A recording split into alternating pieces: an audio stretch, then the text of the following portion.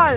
আমার ভালো লেগেছে কাজ করতে, কিন্তু ওই পঞ্চায়েতে সব কথা নিতে পারিনি মেনে, এটা কিছু করার নেই। কিন্তু বাচ্চাদের সাথে মিশে, গ্রামের মানুষদের সাথে মিশে ভালো লেগেছে। মানে আরো যদি আমাকে কদিন এখানে রাখা হয় তো আমি খুব ভালো থাকবো, কিন্তু যেখানে থাকি সেখানে রান্না একদম ভালো করে না। খেয়েছে গোটা গ্রামকে মাছপ করে খাওয়াতো করতাম আমি অবশ্যই তার সাথে মিশে। অনুভব হয়েছে।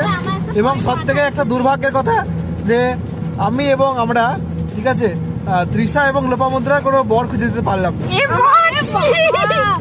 আমি ও শেষ। আর আমরা চাই সঞ্চিতার ঘুমের একটু উন্নতি ঘটুক। মানে যা গতকাল আমরা যে পরিস্থিতির সম্মুখীন হয়েছি, মানে একটা দুর্যোগ থেকে আমরা বেরিয়ে এসেছি, পরিস্থিতি খুব খারাপ ছিল। আপনার অভিজ্ঞতা শেয়ার করুন সেই দুর্যোগ নিয়ে।